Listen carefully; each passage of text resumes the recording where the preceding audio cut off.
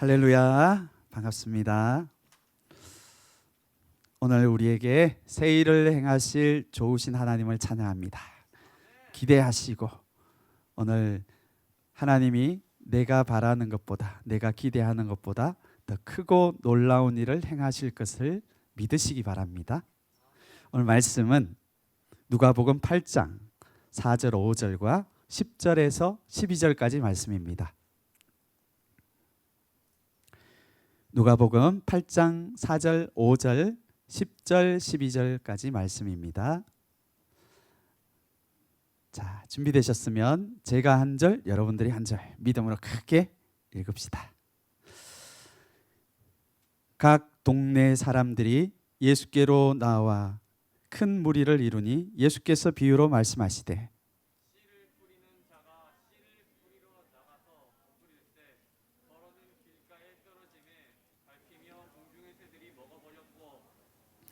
이르시되 하나님 나라의 비밀을 아는 것이 너희에게는 허락되었으나 다른 사람에게는 비유로 하나니 이는 그들로 보아도 보지 못하고 들어도 듣지 못하게 하려 함이라. 이 비유는 이러하니 시는 하나님의 말씀이요. 같이 읽겠습니다. 길가에 있다는 것은 말씀을 들은 자니 이에 마귀가 가서 그들이 믿어 구원을 얻지 못하게 하려고 말씀을 그 마음에서 빼앗는 것이요. 아멘. 오늘 말씀은 길가 같은 마음밭을 회복하시는 예수님입니다. 길가 같은 마음밭을 회복하시는 예수님입니다. 제가 여러분의 언어를 잘 이해를 못합니다. 근데 2020년도에 보니까 이런 여러분들이 줄여서 쓰는 이런 말이 있더라고요. 근데 전도사님은 당체 모르겠어요. 선생님 이 말 한번 띄워보실래요? 무슨 뜻인지 선생님들 한번 알아맞혀 보세요. 무슨 말인지. 너 꾸안꾸여도 과즙상이라서 좋겠다. 역시 비담은 아무나 하는 것이 아니었어. 어서 스카나 가자. 우리 친구들은 이 무슨 말인지 다 알죠? 아우, 전도사님이 더 요즘에 여러분들보다 더 신세대구나. 해석해 드릴까요? 자, 꾸안꾸 뭔지 알죠?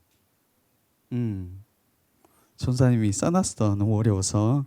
넌 꾸미지 않은 듯 꾸며도, 이런 뜻이에요. 꾸미지 않은 듯 꾸며도 과즙상이래서, 상큼 발랄한 그 얼굴이래서 이런 말이래요. 자, 다음 주부터 전도사님에게 과즙상이라고 해주세요. 역시 비담은 아무나 하는 게 아니야. 이거 희준 간사님이 전도사님한테 가끔씩 자기가 비담이라 그랬거든요. 근데 이게 무슨 말인지 몰랐는데 알고 보니까 좀 기분 나쁜 이야기였어. 비담은 비주얼 담당. 우리 한가람 쌤이 우리 JTS 여학생들의 여선생님들의 비담이거든요. 비담은 아무나 하는 것이 아니었어. 어서 스카 나가자. 스카 스터디 카페래요. 왜 이렇게 몰라? 주여, 다음부터 이런 공부도 좀 시키겠습니다. 우리 새 친구들을 위해서. 전도사님이 진짜 사랑하는 사람에게는 이런 이야기들은 가깝고 사랑하는 사람들에게 그냥 이런 이야기를 쉽게 쓸 거예요. 여러분들도 가까운 사람한테 이런 이야기를 쓰지 아버지한테 이런 이야기 쓰면 아버지가 몽둥이 들고 와서 때릴지 몰라요. 근데 전도사님은 진짜 딸들을 사랑했습니다. 사랑했습니다가 아니고 사랑하고 있습니다. 그런데 그 사랑을 어떻게 표현했냐 하면 그 우리만 알고 있는 은혜가 있었어요. 엄마가 또 악당으로 항상 우리에게 역사하잖아요. 엄마들은 항상 악당이야. 사실은 좋은 분들인데 들어보세요. 엄마가 항상 이 아이들이 과자나 아이스크림을 좋아했거든요. 근데 마음이 약한 아버지는 이 딸들에게 항상 과자와 아이스크림을 사주고 싶었거든. 근데 어머니가 정확하게 알아요, 그것을. 사주면 안 되니까, 몸에 안 좋은 거니까. 그래서 딸들하고 비밀 언어를 만들었어요. 그게 뭐였냐면 아깔라. 이 아깔라는 뭐냐면 전도사님이 아이들에게 아깔라 이렇게 딱 하거든요. 그러면 앞쪽에 있는 가게에 과자 사러 가자 였어요. 아, 우깔라였구나. 우깔라. 그리고 아깔라는 앞집에 있는 가게에 아이스크림 사러 가자였어요. 엄마는 절대 잘 모릅니다. 근데 이 단어는 우리 딸들은 지금 나이가 20살, 18살인데도 불구하고 제가 우깔라 하면 엄청 웃어요. 아깔라 하면 딱 알아듣습니다. 그리고 저 따라와요. 특별히 엄마가 있을 때 눈치를 딱 보면서 아깔라 딱 하면 엄마 몰라. 하나님도 똑같아요. 하나님도 우리에게 찾아오실 때 세상의 사람들은 잘 모르는데 하나님의 마음을 어떻게 알게 하시냐면 그것이 말씀을 통해서 그렇게 하는 거예요. 하나님의 말씀을 들으면 우리가 되게 지루해, 짜증나 막 이렇게 말할 때가 많죠. 그런데 자세히 보세요. 하나님이 우리에게 말씀하시는 방법, 그 사랑을 표현하는 방법, 그것이 뭐냐면 말씀을 주신다라는 거예요. 그런데 많은 사람들이 말씀을 못 알아듣는 게 문제예요. 그러니까 하나님의 말씀만 알아들으면 이게 하나님이 나에게 하시는 사랑의 말씀이구나. 하나님이 나에게 지금 이런 놀라운 어떤 새 일을 하시기 위해서 말씀을 주고 계시는구나. 이것을 들을 수만 있다면 정말 놀라운 일이 일어나는 거예요. 이 봄이 되면요. 봄 기운이 막 느껴지잖아요. 봄이 되면 벌써 느껴집니다. 막 새싹이 올라오고 막 아지랭이가 올라오고 우리 동네에는 까마귀 까치떼가 막 날아와가지고 막 시끄럽게 합니다. 야, 봄이 됐구나. 생기 넘치고 활동력이 넘치고 이런 봄 기운이 넘치거든요. 이 하나님의 마음은 항상 이래요. 근데 하나님이 새 일을 하실 때 우리에게 어떤 것을 주심으로 새 일을 하시냐? 오늘 말씀하신 것처럼 세상의 사람들은 모를지라도 너에게 이 말씀을 준다. 너에게 이 말씀을 준다. 너에게 이 말씀을 준다. 말씀을 주셔서 우리 가운데 그 새 일을 하시는 거예요. 근데 하나님이 우리에게 말씀을 가지고 새 일을 하시는데 그 말씀을 듣지 못하면 그 사람에게는 새 일이 절대로 일어나지 않습니다. 그거를 여러분들이 더 잘 알 거예요.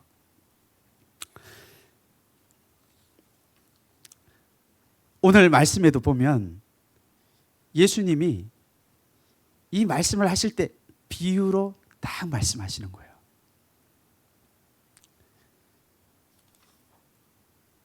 근데 예수님이 왜 비유로 말씀하시냐? 정말 사랑하는 사람에게는 더 알 수 있도록 비유로 말씀하는 거예요. 근데 오늘 보면 예수님이 딱 말씀을 전하실 때 그 동네 많은 사람들이 한 무리가 예수님에게 왔거든요. 그런데 보통 사람들은 이렇게 할 거예요. 그 사람들이 알아들을 수 있는 쉬운 말씀으로 이렇게 말할 수도 있지만 예수님은 그렇게 하지 않으세요. 예수님은 그 많은 사람들이 있을 때 비유로 말씀합니다. 조금 전에 엄마와 아빠가 딸이 말했던 것처럼 비유로 말씀하시는 거예요. 그러면 어떤 말이냐면 그 말을 알아들으라는 말이에요. 여러분들의 삶을 잘 보시면요. 하나님이 항상 나에게 말씀하시는데 내가 하나님의 말씀을 알아듣지 못하기 때문에 여러분들에게 어떤 일이 안 일어나는 게 많습니다. 근데 예수님이 정말 우리에게 어떤 일을 하실 때는 보세요. 비유로 말씀하세요. 계속해서 이 성경 말씀을 보면 집 나간 아들, 둘째 아들에 대한 말씀이 있었죠. 그 말씀을 여러분들이 그냥 흘러 들을 수도 있지만 그 말씀을 하실 때 집 나간 둘째 아들과 같이 정말 악한 아들일지라도 아버지가 그 아들을 마음에 품으시고, 야, 얼마나 이 아버지가 그 아들을 사랑하시는지, 이 말씀을 하실 때 들리는 사람이 있고 들리지 않은 사람이 있을 거예요. 참 신기하죠? 어떤 사람에게는 이 말씀이 얼마나 놀라운 말씀이에요. 얼마나 죄인들에게 하나님이 소망을 주시는 말씀이에요.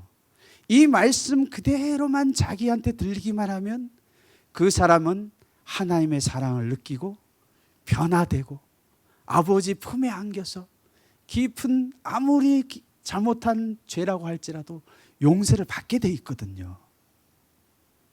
근데 보세요. 이런 하나님의 말씀인데도 불구하고 자기 자신이 그 말씀을 들을 수 없는 상태라고 하면, 자기 마음에 듣지 못한다고 하면, 그것을 들을 귀가 없다라고 하면 그 사람에게는 아무 일도 안 일어납니다. 그런데 오늘 이런 상태가 되면 굉장히 심각한 상태예요. 사실은.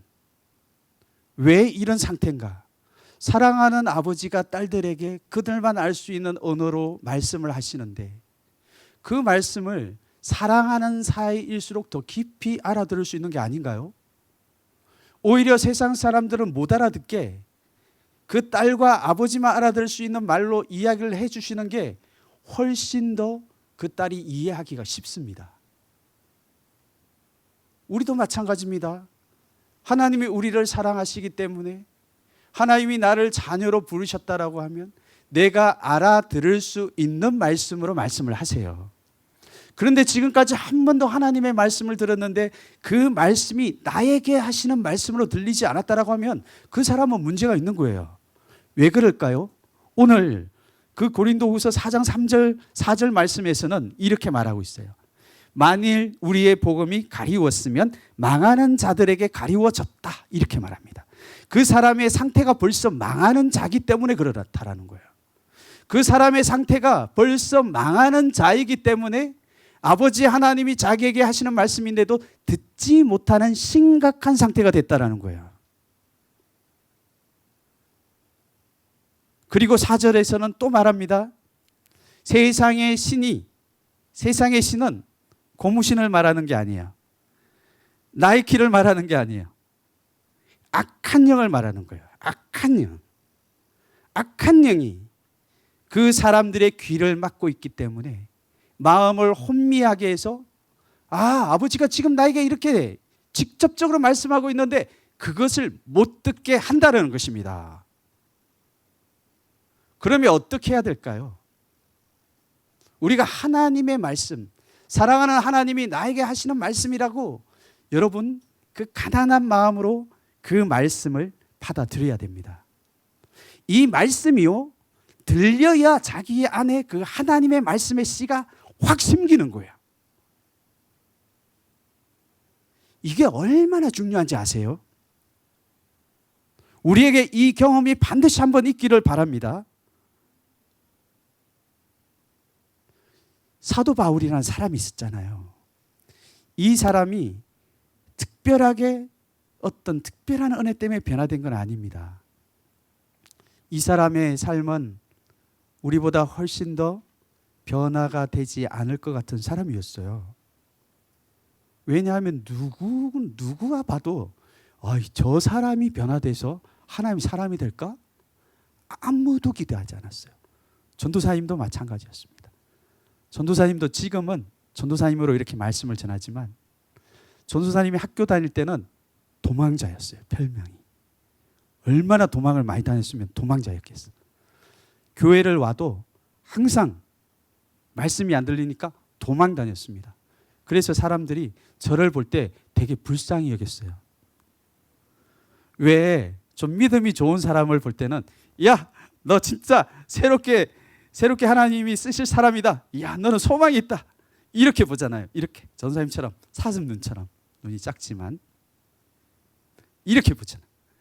그런데 좀 안 될 것 같은 사람은 볼 때 좀 이렇게 측은하게 보잖아요. 사람들이 너 안 될 것 같다. 그래서 항상 실패하는 사람들은 눈빛만 봐도 알아. 저분이 나에 대한 소망과 기대를 가지고 있는지, 아니면 저분이 너는 크게 될 거야 하면서 눈빛은 아니야. 그것을 내가 제일 잘 알아요. 다른 사람은 몰라도 내가 제일 잘 알아. 저도 그랬어. 이 바울은 저보다 더 그랬던 사람이에요.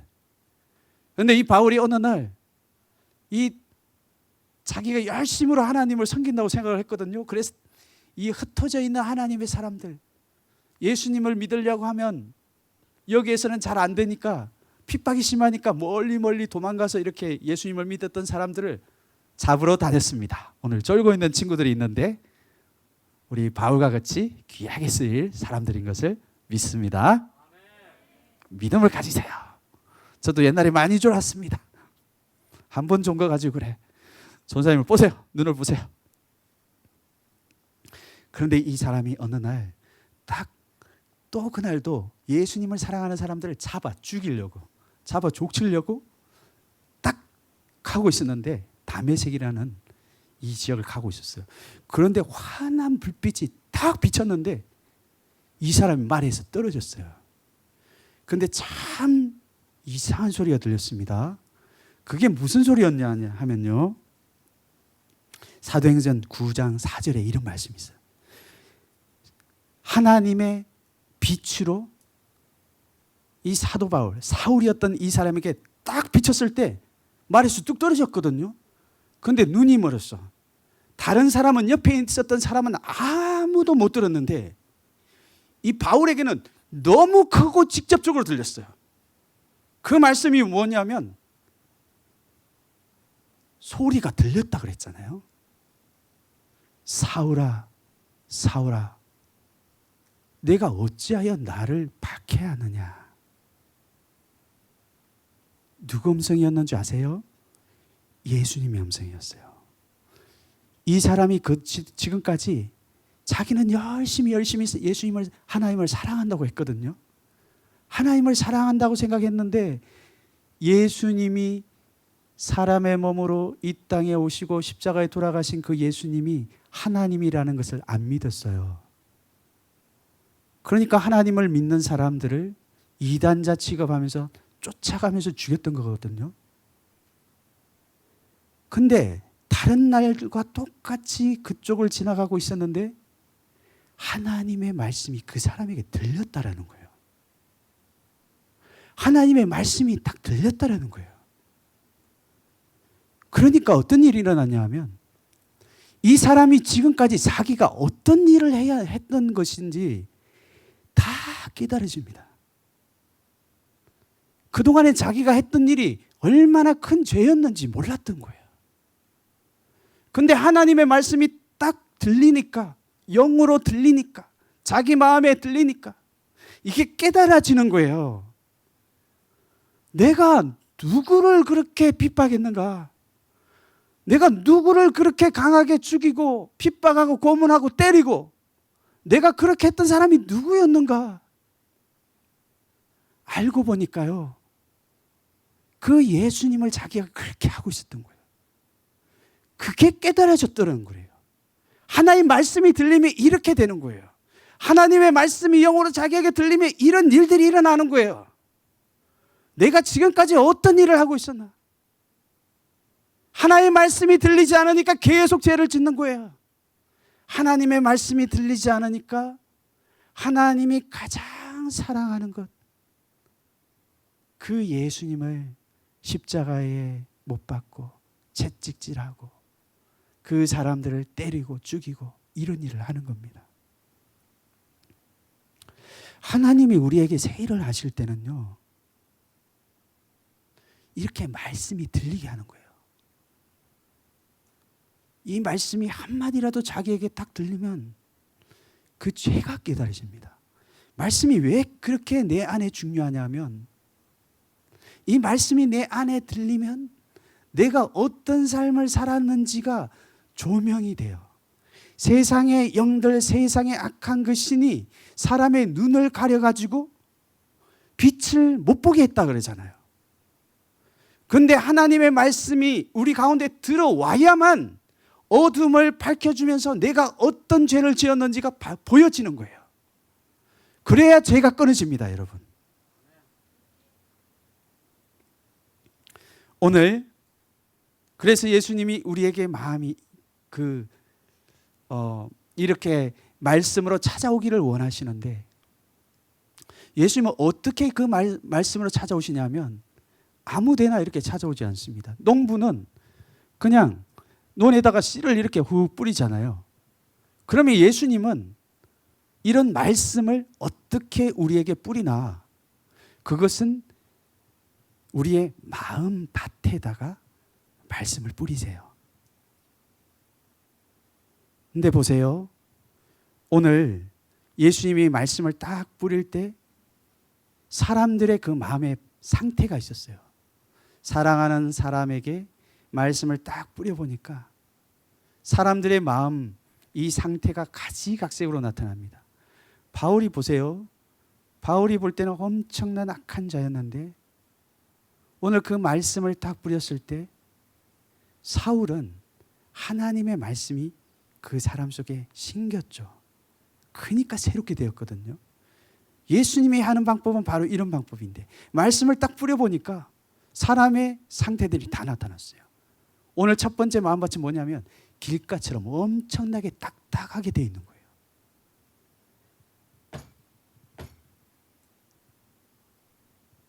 그리고 어떤 밭을 보니까 끝은 흙으로 되어 있는데 밑속에 보니까 안반이 있어요.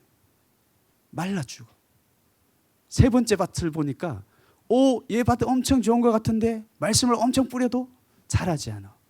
왜 그런가 봤더니 가시가 자라고 있어요. 다 빨아먹어. 어떤 밭을 봤더니요, 밭이 굉장히 좋아. 말씀을 딱 뿌려보니까 생긴 거는 비담이 아닌데 예수님 나라의 비담이야. 말씀을 싹 뿌려보니까 얼마나 마음밭이 좋은지. 근데 오늘 보세요. 오늘 처음 우리가 보기를 원하는 것은 길가 같은 마음밭이에요. 길가밭의 마음밭의 상태를 한번 보기를 원하는데 상태와 원인을 보기를 원해요. 이렇게 첫 번째 이 마음밭은 어떤 밭이냐면 길가 같은 마음밭이에요. 여러분 길가 아시죠? 상처가 많은 사람은 길 옆으로 다니잖아. 길가. 요즘에는 아스팔트로 다 돼 있어가지고 길가가 뭔지 잘 모르죠. 길 있잖아요. 요렇게 우리는 그래도 시골에서 사니까 우리 청덕, 언남동, 동백 그래도 감사하게 길이 있어요. 여러분 부모님 따라 산길을 가다 보면 길이 있잖아요. 이렇게 가다 보면 그 길은 보면 맨질맨질합니다. 엄청 딱딱해요. 근데 예수님이 말씀을 딱 뿌려봤더니 그런 마음밭이 있었다라는 겁니다. 근데 잘 보세요. 그 옆에 있는 길들을 보면, 옆에 있는 흙을 보면 굉장히 부들부들합니다. 오직 그 길, 맨질맨질한 그 길만 딱딱해요. 왜 그런 줄 아십니까? 처음에 그 길이 나기 전에는 그 길도 굉장히 부드러운 흙이었어요. 여러분의 상태를 말하는 겁니다. 하나님이 처음 여러분들을 만드셨을 때, 처음 여러분들이 하나님에게 왔을 때 여러분들의 마음을 한번 잘 보면요, 굉장히 여러분 스스로가 속고 있는 게 뭐냐면 내 밭이 엄청 딱딱했다라고 생각을 하는데 거짓말. 사실은 여러분의 마음은 굉장히 보들보들한 흙이었습니다. 그런데 그곳에 누군가가 지나가면서 그게 딱딱해진 거거든요. 오늘 여러분 이 밭은 어디라고 그랬어요? 밭은 어디라고 그랬어요? 밭은 내 마음입니다. 이 마음은요, 아무나 열어줄 수 있는 게 아니에요. 그 마음의 주인은 자기입니다. 내 마음의 주인은 자기예요, 사실은. 그런데 누군가가 자기 밭에 들어와가지고 그 밭을 밟은 거예요. 그 마음밭에 와가지고 계속해서 밟도록 내둔 겁니다. 처음부터 딱딱하지가 않았다니까요. 처음에는 굉장히 부드러운 밭이었어요. 그런데 누군가에게 그 밭을, 길을 열어준 거예요. 자기 마음을 열어준 거예요. 그러니까 그 누군가가 와가지고 자기 밭을 계속 밟았습니다. 짓밟게 둔 거예요. 오늘 이 말씀에는 우리 마음밭에 들어오는 두 사람이 있는데요. 두 사람 중에 누군가를 초청한 겁니다. 요한복음 10장 10절에서는 이렇게 말씀해요. 도둑이 오는 것은 도적질하고 죽이고 멸망시키려는 것뿐이요 내가 온 것은 양으로 생명을 얻게 하고 더 풍성하게 얻게 하려는 것이라. 아멘. 이 도둑놈이 누굽니까, 여러분? 여러분, 도둑놈이 여러분 집 안에 들어올 때 그냥 안 들어오죠. 밤에 들어오죠. 살짝 숨어서 들어옵니다.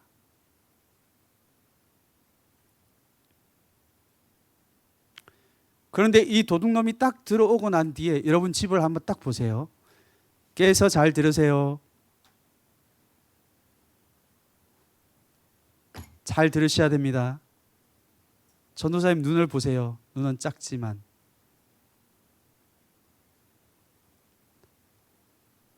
도둑놈이 딱 들어오고 난 뒤에는 어떤 현상이 있는 줄 아세요? 집에 보면 뭐가 하나 없어. 반지가 없네? 내가 좋아하는 핸드폰이 없어졌다. 어머니 반지가 없어졌어. 보니까 친구가 나에게 생일 선물날 해준 반지도 없어지고 축구공도 없어지고 농구공도 없어지고 좀 싸구려. 내가 입던 런닝구 이런 거는 잘 안 훔쳐가요. 비싼 것만 딱 훔쳐간다니까. 여러분 잘 보세요. 여러분들이 마음속에 누군가를 들어올 수 있도록 마음을 열어줬는데 그 자가 들어와서 여러분 안에 있는 생명과 미래의 비전과 예수님에 대한 사랑하는 마음과 나의 부드러운 마음과 예수님의 말씀만 들으면 눈물을 흘리고 회개할 수 있었던 그 마음들, 이런 마음들이 하나하나 다 사라졌습니다. 왜냐하면 내가 그 도둑놈을 들어오도록 허락했기 때문에 그렇거든요.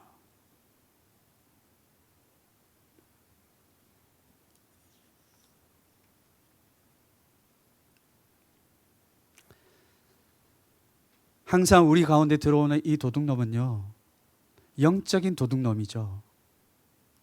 나에게 올 때는 좋은 광명의 천사로 들어옵니다. 내 마음에 유익을 주고 내 인생을 책임질 것 같은 그런 것들로 내 마음에 들어와요. 그런데 시간이 지나놓고 보면 그 도둑놈이 내 안에 들어와 가지고 내 안에 있는 것들을 다 탈취해 갔습니다. 오늘 여러분들이 하나님이 말씀하시는 여러분 안에 침투하게 했던 여러분의 마음의 주인은 여러분인데, 여러분들이 마음을 열어서 여러분 안에 들어오게 해서 여러분의 삶에 가장 중요한 것을 탈취하게 했던 이 도둑놈이 뭔지를 여러분들은 가장 잘 알고 있을 거예요. 그것의 문을 닫는 겁니다.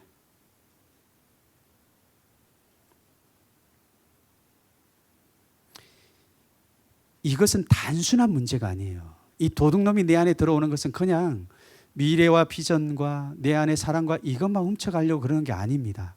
내 마음을 딱딱하게 해가지고요, 계속 밟아서 딱딱하게 해서 그렇게 해서 결국에 하고자 하는 것이 있는데 뭐냐면 12절입니다.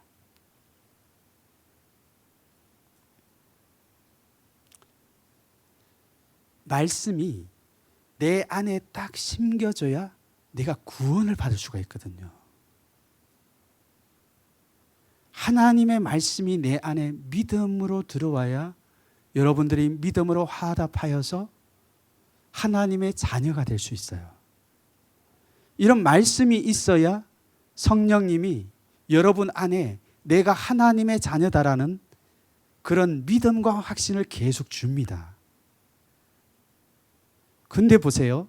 사단이 우리의 마음을, 이 도둑놈이 내 마음을 짓밟아서 하는 것은 뭐냐 하면 하나님의 말씀이 내 안에 심겨지지 않게 해버리는 거예요. 그럼 오늘 뭐라고 말하고 있습니까? 마귀가 가서 그 씨, 말씀을 먹어버리는데 구원을 얻지 못하게 하기 위해서 그렇다라는 거예요. 도둑놈에게 뺏긴 여러분들의 이 문을 거기에 열어두시면 안 됩니다. 그 문을 닫으시기 바랍니다. 마지막으로 보는 것은 해결 방법이에요. 조금 전에 그 말씀에 나와 있습니다. 해결 방법은. 그건 뭐냐 하면 예수님께 마음의 문을 열어드리는 거예요. 여러분 다시 한번 들으세요. 예수님께 여러분의 마음을 열어드리는 겁니다. 도둑놈이 오는 것은 도둑질 하잖아요.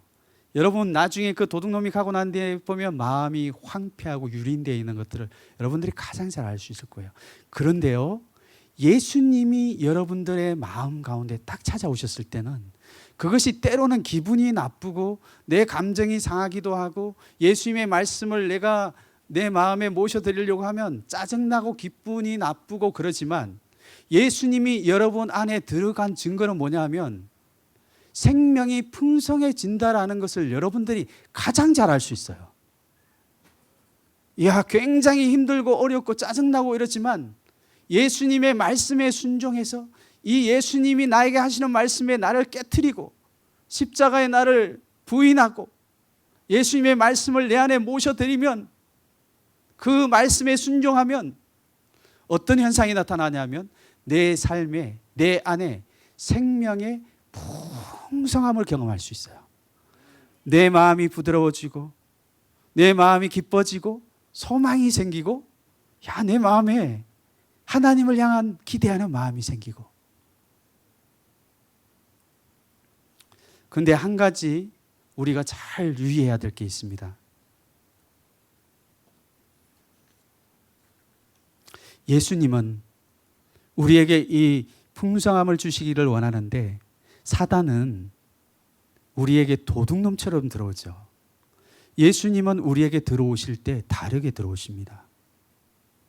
예수님은 어떻게 들어오시냐면 문을 두드리세요.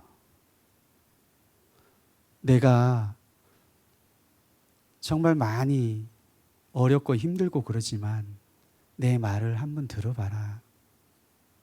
내가 참 기분이 나쁘고 내가 어렵지만 내가 지금 너에게 하는 이 말씀이 너에게 하는 말씀으로 받아들여라. 예수님은 우리에게 이렇게 친밀하게 찾아오세요. 그래서 성경에 보면요, 전능하신 하나님인데도 불구하고 문을 확 열고 난 뒤에 나 들어왔지 이렇게 절대 안 하세요.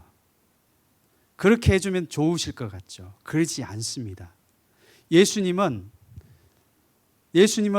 문 밖에 서서 우리의 문을 이렇게 똑똑똑똑똑똑 두드리세요. 전능하신 하나님이, 능력이 많으신 하나님이 하시는 방법을 잘 이해를 해야 되는 거예요.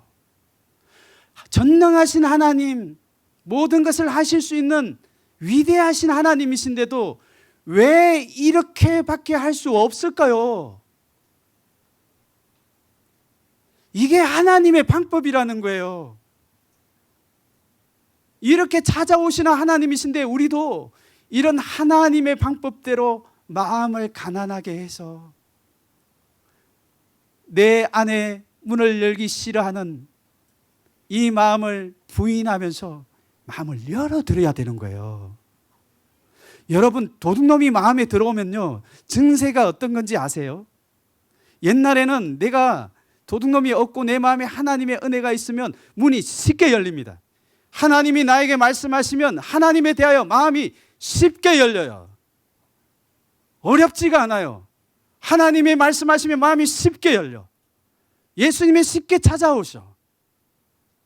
그런데 그랬던 사람일지라도 마음의 영적인 도둑놈이 마음 가운데 찾아오면 현상이 뭔지 아세요? 마음을 안 엽니다.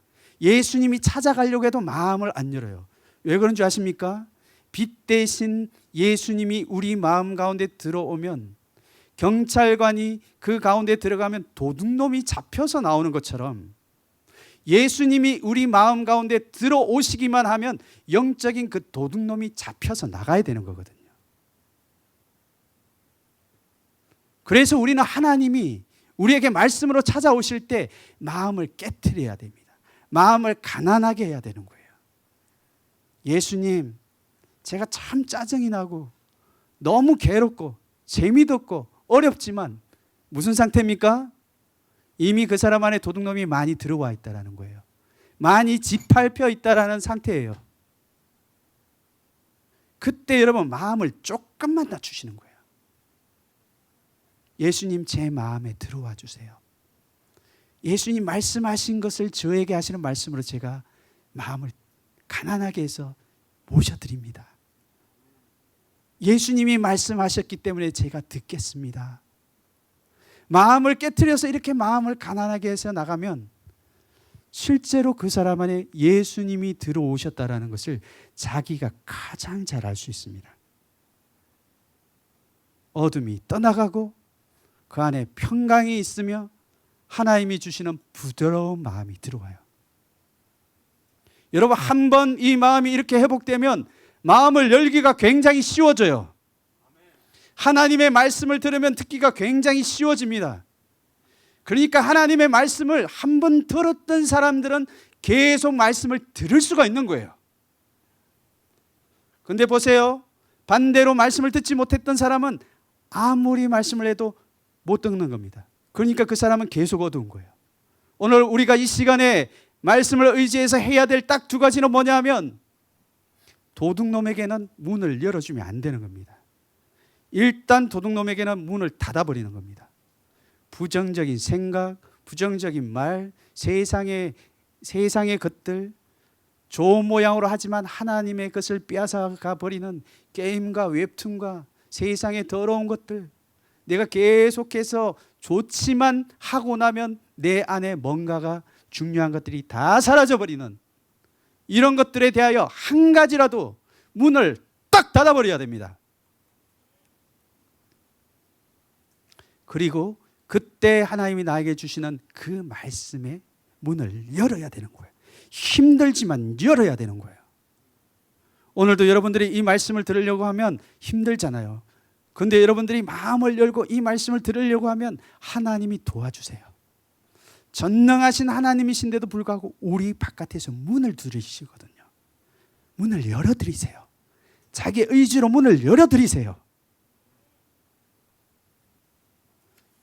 하나님이 이 사람들에게 주시는 약속이 있습니다. 에스겔서 34장 29절 이 말씀 보고 기도할 거예요. 뭐냐 하면 내가 그들을 위하여 파종할 좋은 땅을 일으킨다라고 말씀하고 있어요. 내가 그들을 위하여 씨를 심을 수 있는 좋은 마음밭들을 회복할 것이다. 그들이 다시는 그 땅의 기근을 경험하지 않을 것이다. 기근은 목마르고 배고프고 풍성함이 없는 그런 것들이거든요. 소출이 없는 것들이거든요. 그런데 다시는 그렇게 하지 않는다라는 거예요. 그리고 다시는 수치를 받지 않게 할 것이다.